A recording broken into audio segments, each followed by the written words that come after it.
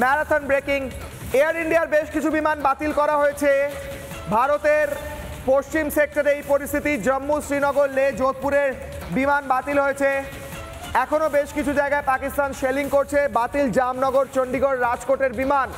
নিরাপত্তার কারণে বিমান বাতিল হয়েছে। 10ই মে পর্যন্ত বাতিল এয়ার ইন্ডিয়ার বিমান, এবং এই বিমানগুলো বাতিল করা হচ্ছে যারা যাত্রী তাদের সুরক্ষার কথা ভেবে।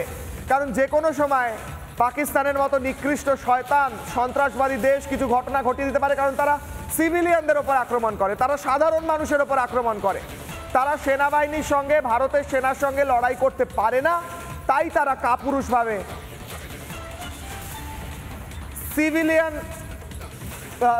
সিভিলিয়ানদের ওপর আক্রমণ করে, সাধারণ মানুষের ওপর আক্রমণ করে।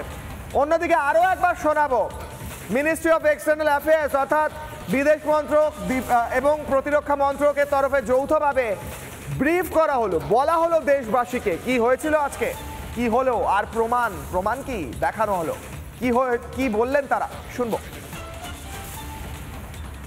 नमस्कार।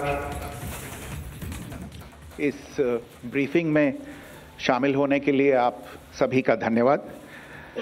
जैसा कि आप सभी जानते हैं, 22 अप्रैल 2025 को लश्कर तैयबा से संबंधित पाकिस्तानी और पाकिस्तान प्रशिक्षित आतंकवादियों ने भारत में जम्मू और कश्मीर के पहलगाम में भारतीय पर्यटकों पर बर्बरतापूर्ण हमला किया।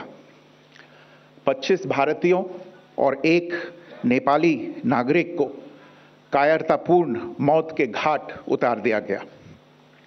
मुंबई के 26 नवंबर 2008 के हमलों के बाद ये भारत में हुई किसी आतंकवादी हमले में मारे गए आम नागरिकों की संख्या की दृष्टि से सबसे गंभीर घटना है।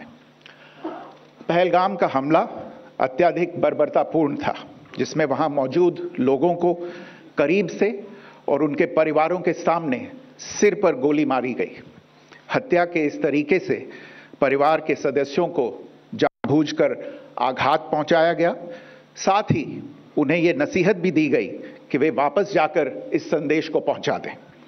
यह हमला स्पष्ट रूप से जम्मू और कश्मीर में बहाल हो रही सामान्य स्थिति को बाधित करने के उद्देश्य से किया गया था। चूंकि पर्यटन फिर से अर्थव्यवस्था का मुख्य आधार बन रहा था, इस हमले का मुख्य उद्देश्य इसे प्रतिकूल रूप से प्रभावित करना था। पिछले वर्ष आप सभी जानते हैं 2.25 करोड़ से अधिक पर्यटक कश्मीर आए थे। इस हमले का मुख्य उद्देश्य इसलिए संभवतः यह था कि इस संघ राज्य क्षेत्र में विकास और प्रगति को नुकसान पहुंचाकर इसे पिछड़ा बनाए रखा जाए और पाकिस्तान से लगातार होने वाले सीमा पार आतंकवाद के लिए उपजाऊ जमीन बनाने में सहायता की जाए। हमले का यह तरीका जम्मू और कश्मीर और शेष राष्ट्र दोनों में सांप्रदायिक दंगे भड़काने के उद्देश्य से भी प्रेरित था। इसका श्रेय सरकार और भारत के सभी नागरिकों को दिया जाना चाहिए कि इन प्रयासों को विफल कर दिया गया। एक समूह ने खुद को रेजिस्टेंस फ्रंट TRF कहते हुए इस हमले की जिम्मेदारी ली है। यह समूह संयुक्त राष्ट्र द्वारा प्रतिबंधित पाकिस्तानी आतंकवादी समूह लश्कर तैयबा से जुड़ा हुआ है।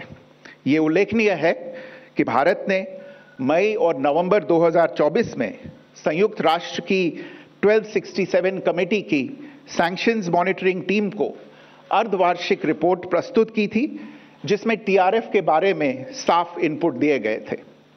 इससे पाकिस्तान स्थित आतंकवादी समूहों के लिए कवर के रूप में TRF की भूमिका सामने आई थी। इससे पहले भी दिसंबर 2023 में भारत ने इस टीम को लश्कर तैयबा और जैश ए मोहम्मद के बारे में सूचित किया था, जो TRF जैसे छोटे आतंकवादी समूहों के माध्यम से अपनी गतिविधियों को संचालित कर रहे हैं।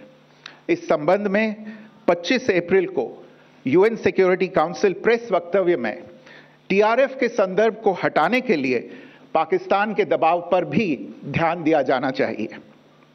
पहलगाम आतंकवादी हमले की जांच से पाकिस्तान के साथ आतंकवादियों के संपर्क उजागर हुए हैं। रेजिस्टेंस फ्रंट द्वारा किए गए दावे और लश्कर तैयबा से ज्ञात सोशल मीडिया हैंडल द्वारा इसको रीपोस्ट किया जाना इसकी पुष्टि करता है। चश्मदीद गवाहों और विभिन्न जांच एजेंसियों को उपलब्ध अन्य सूचनाओं के आधार पर हमलावरों की पहचान भी हुई है। हमारी इंटेलिजेंस ने इस टीम के योजनाकारों और उनके समर्थकों की जानकारी जुटाई है।